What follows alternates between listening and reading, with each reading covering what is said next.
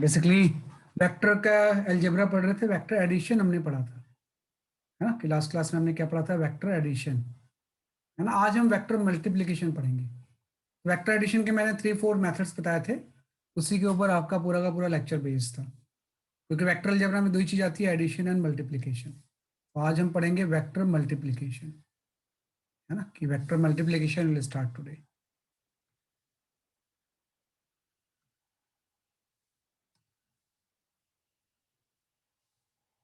Okay, है ना। तो हम यहाँ पे आपका स्टार्ट करते हैं वेक्टर मल्टीप्लिकेशन, है ना। कि we start with the vector multiplication.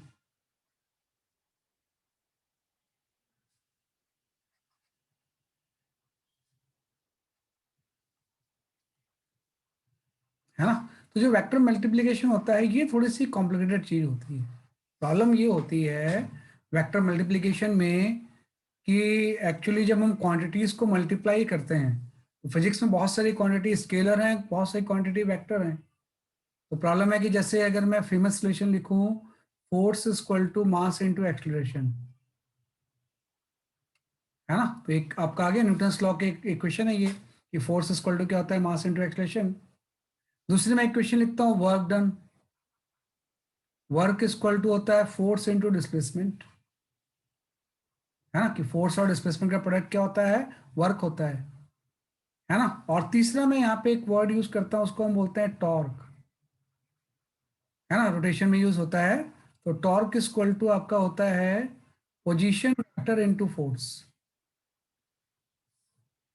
है ना। कि टॉर्क इक्वल टू क्या होता है, इसलिए आपका पोजीशन वेक्टर इनटू फोर्स। तो अब इस बात है, तीनों में चीजें मल्टीप्लाई तो हो रही हैं, कि भाई मास से एक्सलेशन मल्टीप्लाई हो रहा है तो फोर्स आ रहा है, फोर्स से डिस्प्लेसमेंट मल्टीप्लाई हो रहा है तो वर्क आ रहा है, और पोजीशन वेक्टर से फोर्स वेक्टर मल्टीप्लाई हो रहा है।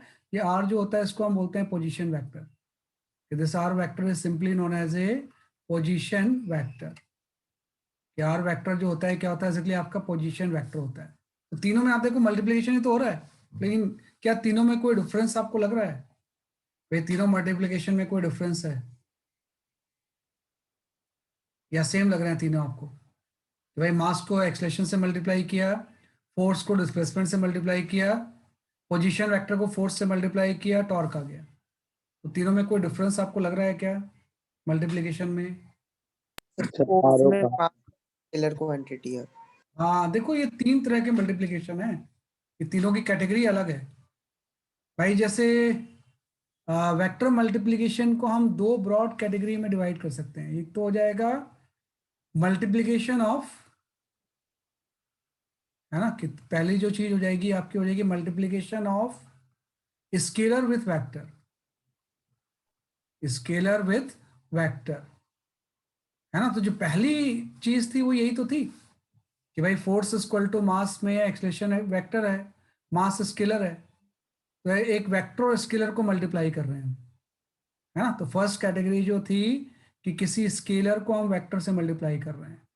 तो आपको तो रिजल्ट आपको समझ में आ गया है कि मास स्केलर है, एक्सलेशन वेक्टर है, मल्टीप्लाई करेंगे तो रिजल्ट वेक्टर ही आएगा। तो सिंपल सा multiplication of scalar with vector एकदम आसान सी चीज है। Result will be right scalar times of vector, है ना। तो जब भी हम किसी वेक्टर को स्केलर से मल्टीप्लाई करेंगे, तब तो रिजल्ट जो होगा वो हमेशा, सॉरी गलत लिख रहा हूं मैं, रिजल्ट विल बी, हाँ स्केलर टाइम्स ऑफ, ठीक है।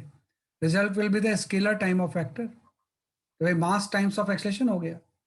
तो ये जो रिजल्टेंट क्वांटिटी होगी वो वेक्टर होती है, इसमें तो कोई डाउट है ही नहीं कि जब हम स्केलर को वेक्टर से मल्टीप्लाई करेंगे तो रिजल्टेंट क्वांटिटी क्या होगी, इसलिए आपकी वेक्टर होगी। लेकिन प्रॉब्लम तब आती है जब दो वेक्टर को हम मल्टीप्लाई करें, है ना। कि ये चीज तो यहाँ पे कंप्लीट हो गई कि स्केलर को वेक्टर से मल्टीप्लाई करेंगे तो रिजल्टेंट क्वांटिटी हमेशा वेक्टर आएगी, like force equal to mass into acceleration. लेकिन प्रॉब्लम तब ही आती है जब मल्टीप्लिकेशन जो होता है, एक वेक्टर को हम दूसरे से वेक्टर से मल्टीप्लाई करें, है ना। कि multiplication of two vector quantity,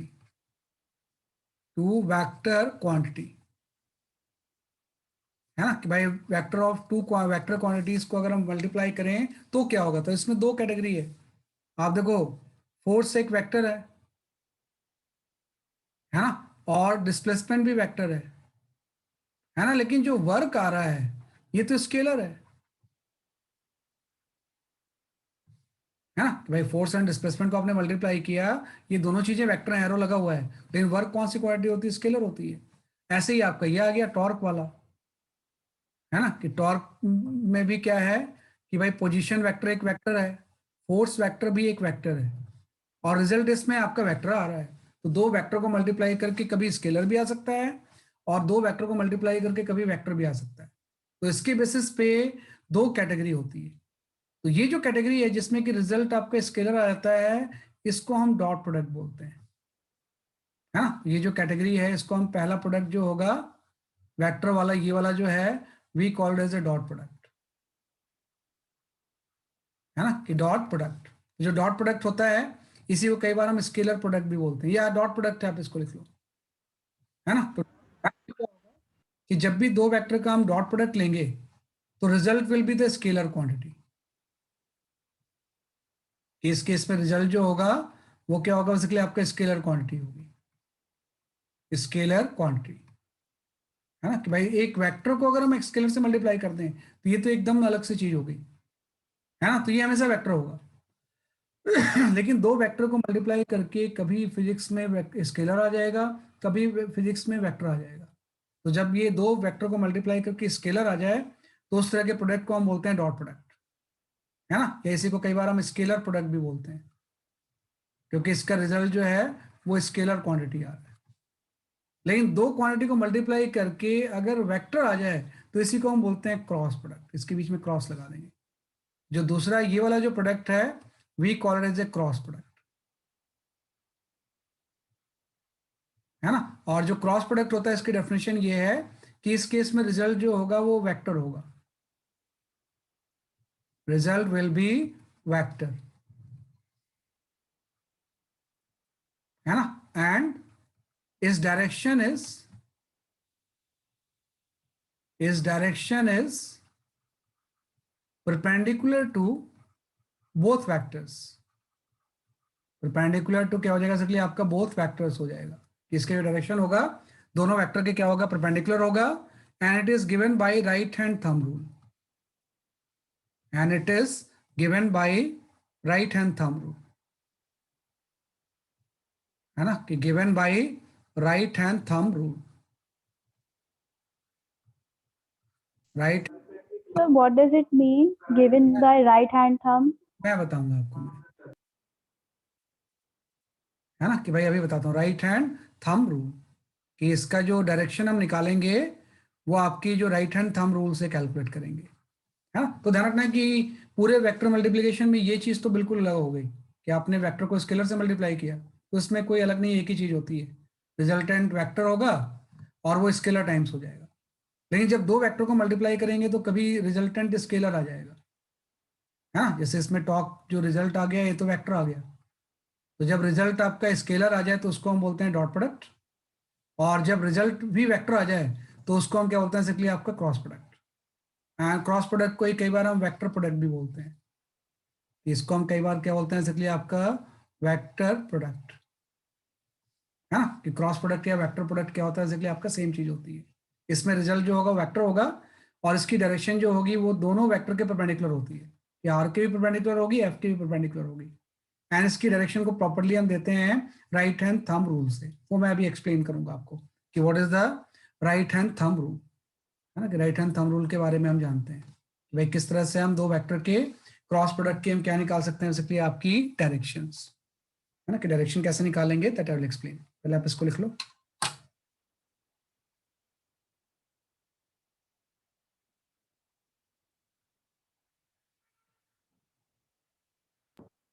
Excuse me, sir. बोलो। Sir, how can we decide whether the product will be scalar or vector while multiplying vectors? तो वो हमें पता होता है Both कि the रिजल्टेंट vectors. क्वांटिटी क्या होगी, जैसे आपको पता है वर्क कौन सी क्वांटिटी है,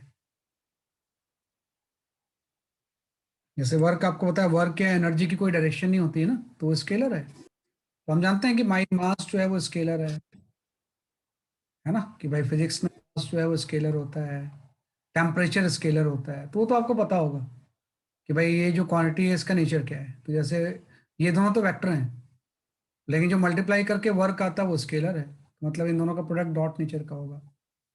ये दोनों वेक्टर हैं, रिजल्ट जो टॉर्क होता है ये भी वेक्टर ही होता है ना। तो ये आपको नोन होता है कि फिजिक्स में ये क्वांटिटी जो होती है ये वेक्टर हैं, ये स्केलर है, उसके अकॉर्डिंग हम नेचर डिसाइड करते हैं।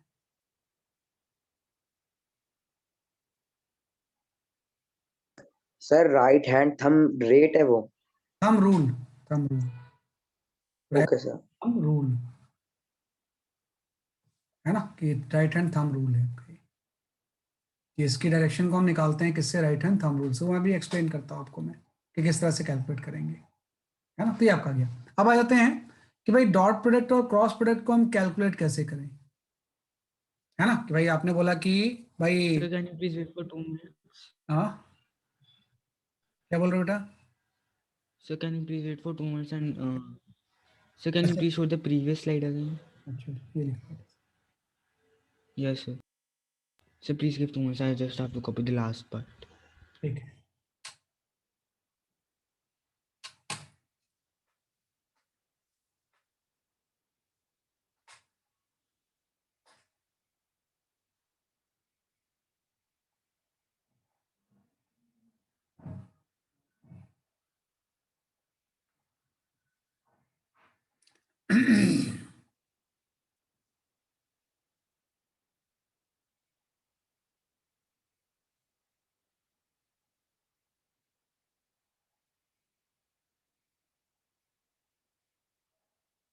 ठीक है, ये आपका क्या इस तरह से, तो ये हमने इस तरह से क्या किया, डिफाइन किया, है ना। अब आ गया कि आपको जो पढ़ना है ना वो यही पढ़ना है कि भाई डॉट एंड क्रॉस प्रोडक्ट हम कैसे निकालें, कि डॉट प्रोडक्ट और क्रॉस प्रोडक्ट आप कैसे निकालोगे। तो पहले मैं यहाँ पे आता हूँ डॉट प्रोडक्ट के बारे में, कि भाई दो वेक्टर के बीच में जो डॉट प्रोडक्ट होगा उसको आप कैसे कैलकुलेट करोगे, है ना। कि एक दोनों के बीच में एक डिवीजन हो जाएगा, कि सबसे पहले हम यहाँ पे जो कैलकुलेट करते हैं, we are talking about the dot product, है ना। कि भाई दो वेक्टर के बीच में अगर प्रोडक्ट का नेचर डॉट होगा तो वो डॉट हम कैसे निकालेंगे, है ना। कि भाई डॉट प्रोडक्ट को आपको क्या करना है, कैलकुलेट करना है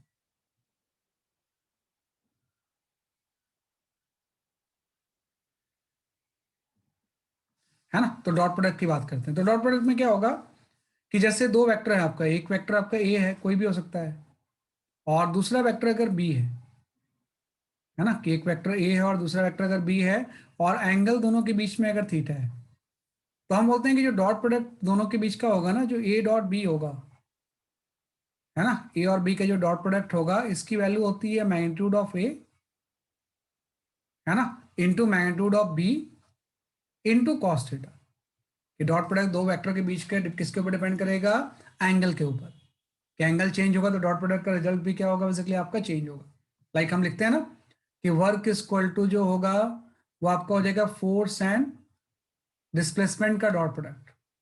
तो इसी को अगर मैं फर्दर एक्सपेंड करूं तो मैं इसको लिखता हूं एफ एस कॉस थीटा, है ना। कि जब भी फोर्स एंड एस का डॉट प्रोडक्ट लेंगे तो इसको हम लिखेंगे magnitude of A magnitude of B into cos theta. तो इसी फॉर्मूले से दो वेक्टर के बीच का डॉट प्रोडक्ट हम क्या करेंगे, कैलकुलेट करेंगे कि ए डॉट बी की वैल्यू क्या होती है, magnitude of A into magnitude by of B into cos theta. सब कुछ, एक्सक्यूज हाँ बताओ। मी सर, फिर टॉर्क का क्या ये डॉट प्रोडक्ट नहीं निकल सकता नहीं किसी, ये अगर मान लीजिए टॉप किसी को है, पता ना हो नहीं और नहीं उसने ए मैग्नीट्यूड इनटू बी मैग्नीट्यूड नहीं इनटू कॉस नहीं, थीटा इसे कर दिया तो गलत उसका हो डॉट। जाएगा, गलत हो जाएगा वो गलत होगा, क्योंकि टॉर्क वेक्टर क्वांटिटी है ना।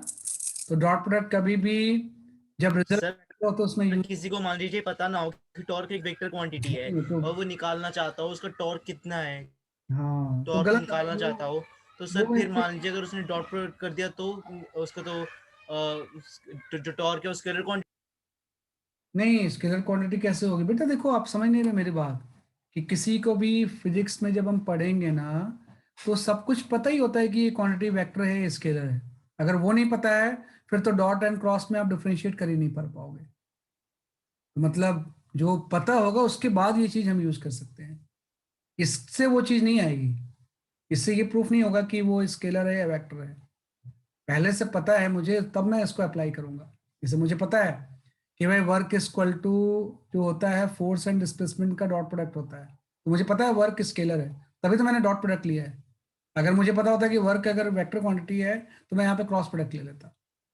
तो पहले से नॉलेज होती है कि भाई फिजिक्स में जो सेट ऑफ क्वांटिटीज हैं इसमें कौन से स्केलर हैं कौन से वेक्टर हैं। तो जो वर्क होती है इसकी कोई डायरेक्शन तो होती नहीं है, तो ये स्केलर होगी।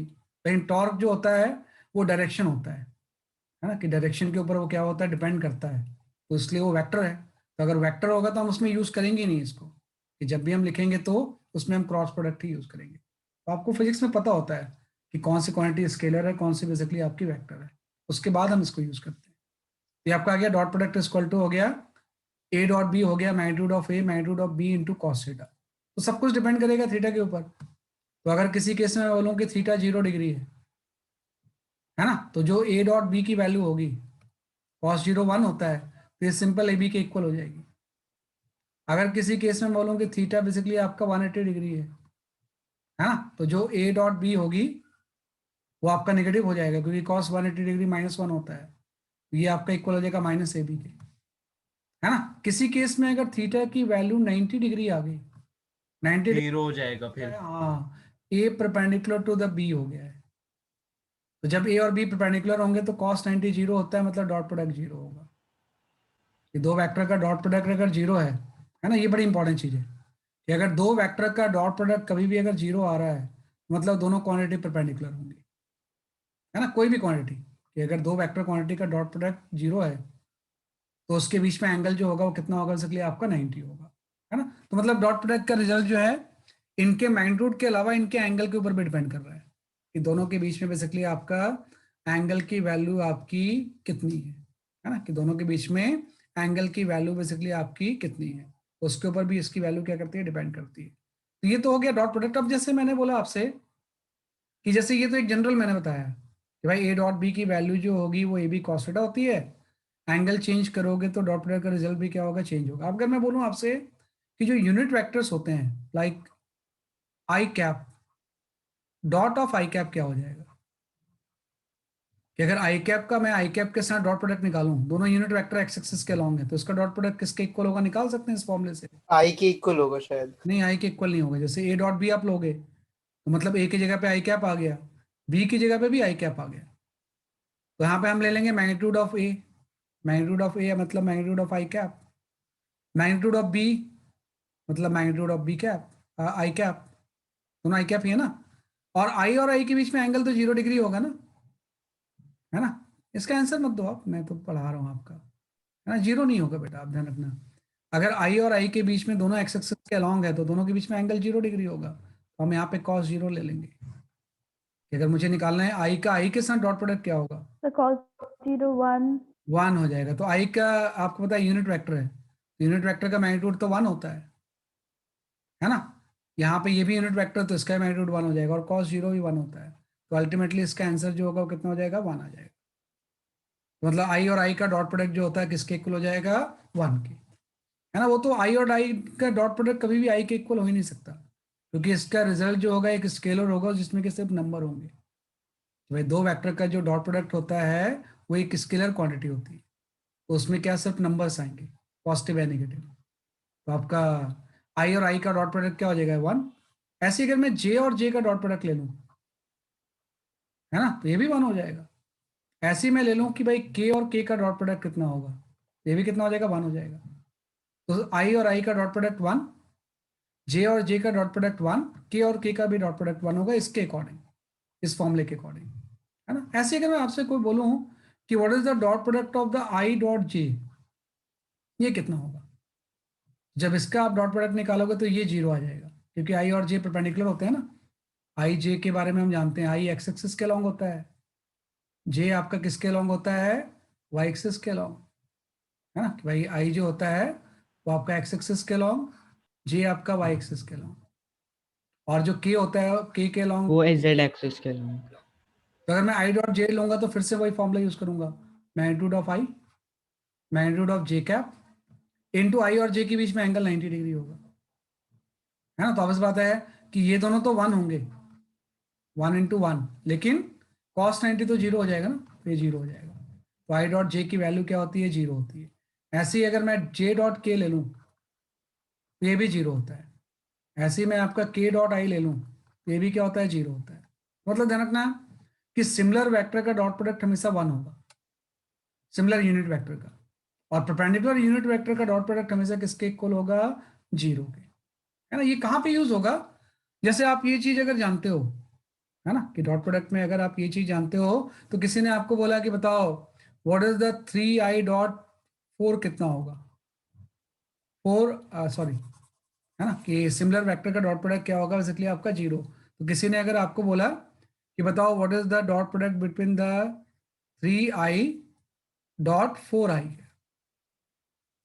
है ना, तो आप फिर से ये फॉर्मूला मत यूज करना। आप बोलोगे 3 एंड 4 तो सिंपल मल्टीप्लाई होंगे, तो ये तो 12 हो जाएंगे, है ना, और इससे मल्टीप्लाई हो जाएगा आई डॉट आई, ये तो होगा। तो ये तो आपका 12 सर हमें आई डॉट और सर हम जैसे हाँ आई सर जब हमने आई कैप और जे कैप का डॉट प्रोडक्ट करा सर तब इससे हमें 12 आ जाएगा। वैल्यू 90 डिग्री कैसे पता लगी। इसमें सर जब हमने सपोज आई आई कैप और जे कैप का डॉट प्रोडक्ट करा तो सर हमें ये कैसे पता कि थीटा की वैल्यू 90 डिग्री है। आई एक्स एक्सिस के अलॉन्ग होता है और जे जे वाई एक्सिस के अलॉन्ग होता है। तो एक्स और वाई के बीच में कितना एंगल होता है, सर 90 डिग्री इसका होता है, इसलिए सर 90 वो डिग्री हो 0 हो जाएगा, जाएगा। तो हो आई जाएगा और ना। के बीच में कितना होएगा। सबके बीच में 90 होगा। जेड एक्सिस और एक्स एक्सिस के बीच में एंगल कितना होता है भाई, आई कैप जो होता है वो unit vector along the x होता है, तो सब परपेंडिकुलर ही तो होते तो हैं। Z axis and x axis के बीच में तो वो सिर्फ 180 डिग्री का एंगल होता है। कैसे बात कर रहे हो यार, जरा ठीक से देखो जरा। एक्स वाई जेड तीनों के एक्सिस के अलॉन्ग 90 डिग्री का एंगल ही तो होगा। एक्स एक्सिस ऐसे होती है, ये आपका वाई एक्सिस होता है, और जेड एक्सिस प्लेन के परपेंडिकुलर होता है। इसको हम शो ऐसा करते हैं, लेकिन होता तो ये प्लेन के परपेंडिकुलर बाहर की तरफ है ना। तो तीनों के बीच में एंगल 90 होगा, ये वाला भी एंगल 90 होगा, ये वाला एंगल भी 90 डिग्री होगा। तीनों एंगल 90 डिग्री होते हैं, है ना। तो तीनों के बीच में एंगल 90 ओके। डिग्री होगा। तो एंगल अगर 90 डिग्री होगा तो दोनों का डॉट प्रोडक्ट क्या हो जाएगा, 0 हो जाएगा। तो किसी ने अगर आपसे बोला कि 3i कैप और 4i कैप का डॉट प्रोडक्ट कितना होगा, तो 3 एंड 4 तो सिंपल क्वांटिटीज हैं, तो मल्टीप्लाई 12 12. I dot I. आप देखोगे, आप जानते हो आई डॉट आई 1 होता है, तो अल्टीमेटली इसका आंसर 12 आ जाएगा कि भाई 3i और 4i को जब हम डॉट प्रोडक्ट लेंगे तो इसकी वैल्यू कितनी आ जाएगी, सिंपल 12। किसी ने आपसे बोला कि what is the dot product between the 3i cap dot of 4j cap, है ना, तो इसका मतलब ये तो 12 हो जाएगा, लेकिन यहाँ पे आ जाएगा आई डॉट जे, 0 और आई और जे के बीच में एंगल कितना होता है, 90 Sir, डिग्री। आंसर 0. सर इसका आंसर 0 होगा ना। इसका आंसर 0 हो जाएगा, है ना। तो आप एक बार अगर आप ये चीज जानते हो ना, तो फिर से आप वो फॉर्मूला मत यूज करो, आप सिंपल मल्टीप्लाई कर दो। और ये चीज हम जानते हैं आई डॉट आई 1 होता है, तो 12 आ गया। आई डॉट जे परपेंडिकुलर है, तो इसका जो डॉट प्रोडक्ट होगा वो क्या हो जाएगा, इसलिए आपका 0 आ जाएगा। तो इस तरह से हम डॉट प्रोडक्ट को क्या करते हैं, एनालाइज करते हैं। तो डॉट प्रोडक्ट कैलकुलेट करने का ये क्या होता है, मेथड होता है। ये तो बहुत बहुत आसान सी चीज होती है ना। मेन क्रॉस प्रोडक्ट है, क्योंकि इसमें जो है ना डॉट प्रोडक्ट का रिजल्ट हमेशा एक नंबर आ जा रहा है। भाई ये डॉट प्रोडक्ट 12 होगा, ये 0 होगा, कुछ भी नंबर आ जाएंगे आपके। लेकिन जब क्रॉस प्रोडक्ट लेंगे तो वो क्वांटिटी एक वेक्टर हो जाएंगी, है ना। तो वेक्टर क्वांटिटी की डायरेक्शन निकालना इंपॉर्टेंट चीज है कि उसका क्या डायरेक्शन होगा,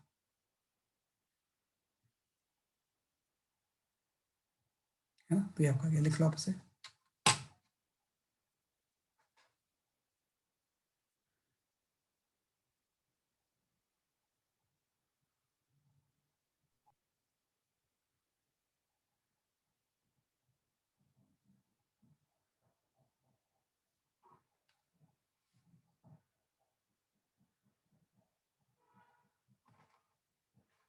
है ना, तो ये आपने इस तरह से इसको डिफाइन किया।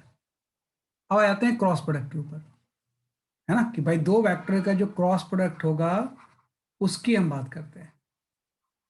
तो ऐसी क्रॉस प्रोडक्ट भी हम निकालेंगे। भाई जब दो वेक्टर का आप क्रॉस प्रोडक्ट निकालोगे तो सेम दो वेक्टर ऐसे हैं, ये ए वेक्टर है और ये आपका जो वेक्टर है ये बी वेक्टर है ना, और दोनों के बीच में एंगल थीटा है।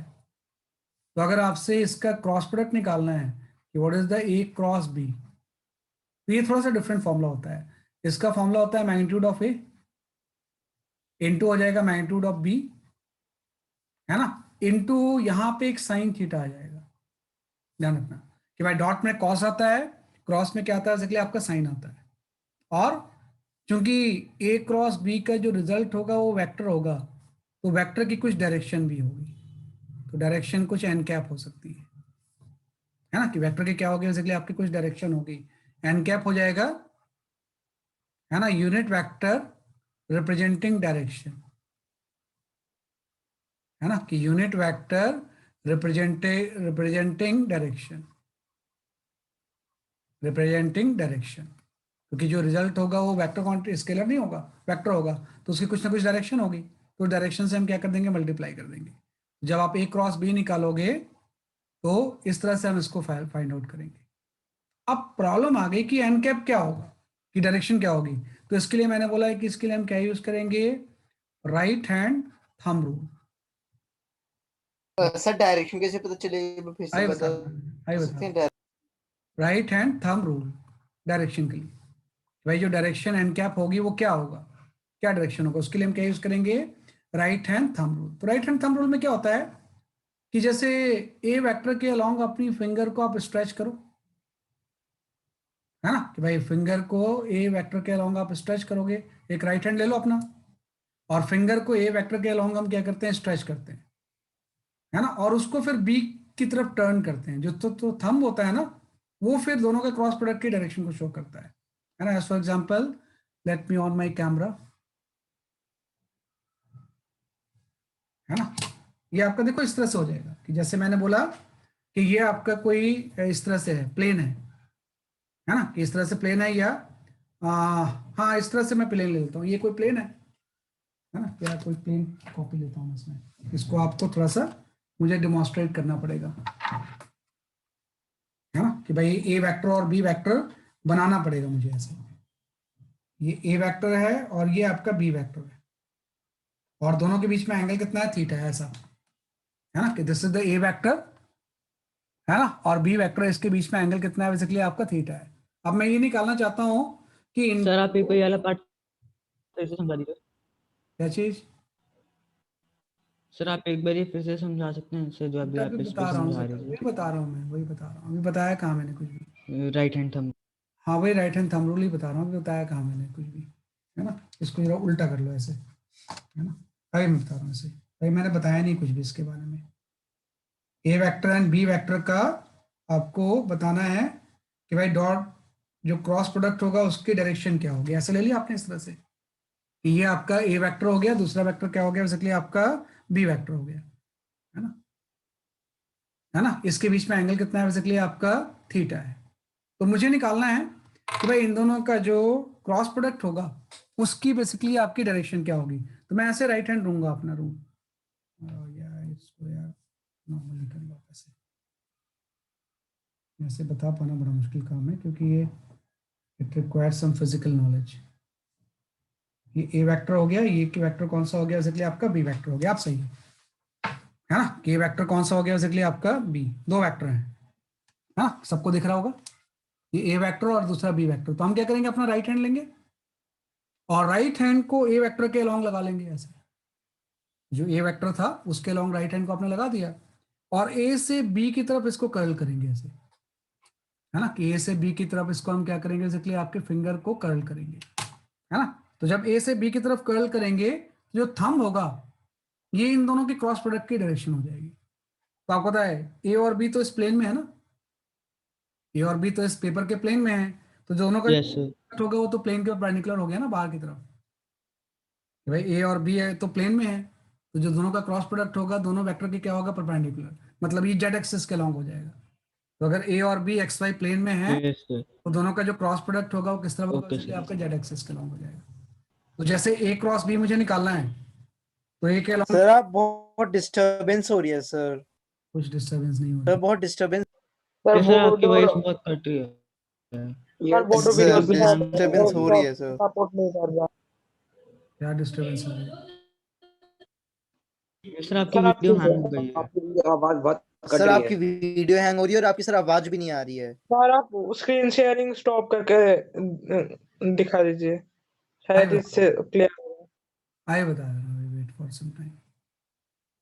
हाँ, इसमें कैमरा उतना अच्छा नहीं होता ना भाई। कुछ नहीं है बेटा, मैं तो कुछ नहीं बता रहा हूँ ऐसा। ये तो जस्ट मैंने ऐसा बता दिया है कि ए है बी है।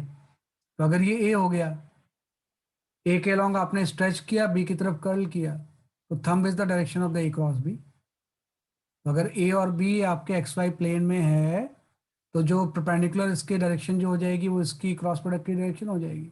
बस यही है भाई। एक सर लेकिन सर थंब तो सर हमेशा z एक्सिस के लिए परपेंडिकुलर नहीं, अगर फेस मैं बी करेगा। क्रॉस ए ले लूँ तो बी क्रॉस ए तो अंदर की तरफ चला जाएगा ना। Okay sir. हो सकता है अंदर भी हो सकता है, आप समझ रहे हो मेरी सर बात? एक बार दिखा दीजिए वो जब हम ए बी क्रॉस वाला। बी लेंगे तो थंब बाहर यस सर। तो भी तो जेड एक्सिस पे ही रहेगा। हाँ, लेकिन पॉजिटिव जेड और नेगेटिव जेड हो सकता है ना। जब मैं okay B sir. Cross A लूंगा, है ना, तो ये थंब अंदर की तरफ चला जाएगा। वो क्या हो जाएगा, इसलिए आपका नेगेटिव जेड हो जाएगा। तो पॉजिटिव जेड का मतलब के कैप हो गया, यस सर। ओके। मतलब क्या हो गया, माइनस के कैप हो गया। तो सिंपल से हम बोलेंगे इस केस में अगर, नेगेटिव नेगेटिव हो जाएगा। हाँ इस केस में अगर तो मतलब डायरेक्ट, सर हमेशा हाँ मतलब परपेंडिकुलर होगा। अगर मतलब चीजें आपका प्लेन एक्स वाई है, तो जो वेक्टर प्रोडक्ट होगा वो जेड एक्सिस के अलॉन्ग होगा। लेकिन अगर आप प्लेन चेंज कर दिया मैंने, मतलब है ना, सपोज मैंने प्लेन ऐसा कर दिया, इस तरह से कर दिया, तो इसके परपेंडिकुलर होगा। तो जो भी आप जिस प्लेन में दोनों वेक्टर हैं, दोनों का क्रॉस प्रोडक्ट उसके परपेंडिकुलर होता है। तो अगर प्लेन मैंने इस तरह से, जैसे मैंने लिया एक्स वाई प्लेन है, तो जेड एक्सिस के अलॉन्ग है।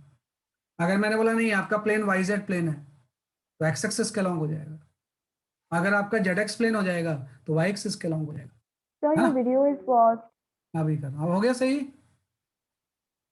है ना, कि जो भी प्लेन होगा Yes, sir. बेसिकली आपका ये परपेंडिकुलर होगा। तो अगर एक्स वाई प्लेन है तो जेड एक्सिस के लॉन्ग, वाई जेड है वाई एक्सिस के, वाई जेड है तो सॉरी, अगर एक्स वाई प्लेन है तो आपका जेड एक्सिस के लॉन्ग हो जाएगा, है ना। अगर आपका प्लेन जो है, अगर मैं वाई जेड ले लूँ तो आपका एक्स एक्सिस के लॉन्ग हो जाएगा। और अगर मैं प्लेन आपका ले लूँ जेड एक्स, तो आपका वाई एक्सिस के लॉन्ग हो जाएगा। तो जिस भी प्लेन में दोनों वेक्टर लाई कर रहे हैं, उस प्लेन के परपेंडिकुलर होता है हमेशा, है ना। और वही बात है कि डायरेक्शन जो होती है ना, जैसे इस केस में आपने बोला ए क्रॉस बी, तो ए क्रॉस बी की जो डायरेक्शन इस केस में होगी वो के कैप हो जाएगी। लेकिन इसी केस में अगर मैं बी क्रॉस ए ले लूँ, तो बी क्रॉस ए जो होगा वो माइनस के कैप हो जाएगा, है ना। कि ए क्रॉस बी तो के कैप है, लेकिन बी क्रॉस ए क्या हो जाएगा, इसलिए आपका माइनस के कैप, जो मैंने डिमॉन्स्ट्रेट किया है। ए क्रॉस बी प्लेन से बाहर की तरफ आ रहा है, लेकिन अगर मैं बी क्रॉस ए लूंगा, पहले बी की तरफ लेके ए की तरफ टर्न करूंगा, तो ये प्लेन के अंदर चला जाएगा, तो मतलब वो माइनस के कैप हो जाएगा। तो इस केस में जो मैंने डायग्राम बनाया है, अगर मैं ए क्रॉस बी लूंगा तो वो के कैप हो जाएगा, और बी क्रॉस ए लेंगे तो क्या हो जाएगा, इसलिए आपका माइनस के कैप हो जाएगा। जब ए से बी की तरफ जाओगे तो के कैप इसकी डायरेक्शन आ जाएगी, लेकिन जब आप बी से ए की तरफ जाओगे तो ये क्या हो जाएगा, माइनस के कैप हो जाएगा। मतलब ए क्रॉस बी और बी क्रॉस ए इक्वल नहीं होते हैं। A cross b is not equal to the b cross a, दोनों में नेगेटिव साइन आ जाता है। मतलब हम लिख सकते हैं कि जो ए क्रॉस बी होगा, है ना, बीच में अगर मीटिंग ऑफ हो जाए तो फिर से आप रिज्वाइन कर लेना। ए क्रॉस बी जो होगा वो किसके इक्वल हो जाएगा, माइनस बी क्रॉस ए के, है ना। तो इसी को हमने निकाला है राइट हैंड थंब रूल से। कि राइट हैंड थंब रूल से हम इस तरह से कर सकते हैं कि अगर एक्स वाई होगा तो जेड एक्सिस के अलॉन्ग हो सकता है। जेड एक्सिस का मतलब के कैप भी हो सकता है, माइनस के कैप भी हो सकता है। एक्स एक्सिस के अलॉन्ग हो सकता है, एक्स एक्सिस का मतलब आई कैप भी हो सकता है, माइनस आई कैप भी हो सकता है। वाई एक्सिस हो सकता है, वाई एक्सिस का मतलब जे कैप भी हो सकता है, माइनस जे कैप भी हो सकता है। वो फिर लगाना पड़ेगा आपको कि भाई किस तरह से होगा, राइट। तो ये पहले आप इसको लिख लो, ये फॉर्मूला आ गया। अब इसमें आप थोड़ा ध्यान दो कि अगर इन दोनों के बीच में एंगल मैं बोलूं कि 0 डिग्री है, तो what is the A cross B. अगर एंगल 0 डिग्री होगी तो ए क्रॉस बी की वैल्यू 0 नहीं होगी ना, सॉरी 0 हो जाएगी, है ना, क्योंकि साइन 0 तो 0 होता है। लेकिन इसी केस में अगर एंगल 90 डिग्री हो, तो ए क्रॉस बी की जो वैल्यू होगी, है ना, ये आपका हो जाएगा magnitude of A into magnitude of B. है ना, इंटू आपका साइन 90 मीन्स 1 हो जाएगा इंटू एन कैप। अगर इस केस में एंगल 180 डिग्री हो तो भी आपका ए क्रॉस बी 0 होता है ना, तो एंगल साइन 0 0 होता है, साइन 180 डिग्री भी 0 होता है, और 90 डिग्री एंगल होगा तो साइन 90 की वैल्यू 1 होती है। ध्यान रखना थोड़ा सा डिफरेंट है डॉट प्रोडक्ट से। तो डॉट प्रोडक्ट में फॉर्मूला ये होता है, और डायरेक्शन के लिए हम क्या यूज करते हैं, राइट हैंड थंब रूल। और right hand thumb rule just मैं ऐसे बोल रहा हूँ कि भाई ये दो वेक्टर हैं ए क्रॉस बी, ये से बी की तरफ टर्न करना है तो थंब इसकी डायरेक्शन हो जाएगी, बी क्रॉस ए अंदर की तरफ चला जाएगा, है ना, कि अगर प्लेन आपका ये है तो बाहर अंदर, अगर प्लेन ऐसा हो जाता तो X axis minus X axis, plane अगर ऐसा हो जाता तो Y axis minus X axis, उसके अकॉर्डिंग दो वेक्टर के क्रॉस प्रोडक्ट की क्या होती है, डायरेक्शन होती है। मतलब ये हो गया कि जो क्रॉस प्रोडक्ट का रिजल्ट होता है ना, कि सिंपल सा हम बोल सकते हैं कि result of cross product, if I talk about the result of cross product, hello. result of cross product will always be perpendicular to plane of vector, plane of vector, कि जो दो वेक्टर होंगे उसके प्लेन के हमेशा क्या होता है, परपेंडिकुलर होता है, वो इसका मतलब है ना, लिख लो वापस, है ना। तो ये आपका होता है cross product.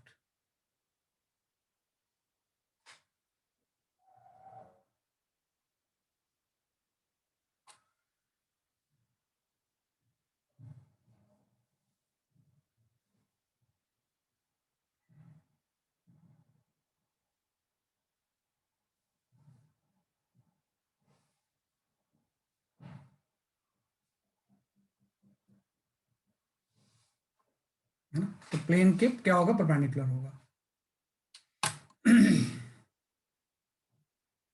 So please wait for 2 minutes. हाँ नहीं नहीं, आराम से लिख वापस।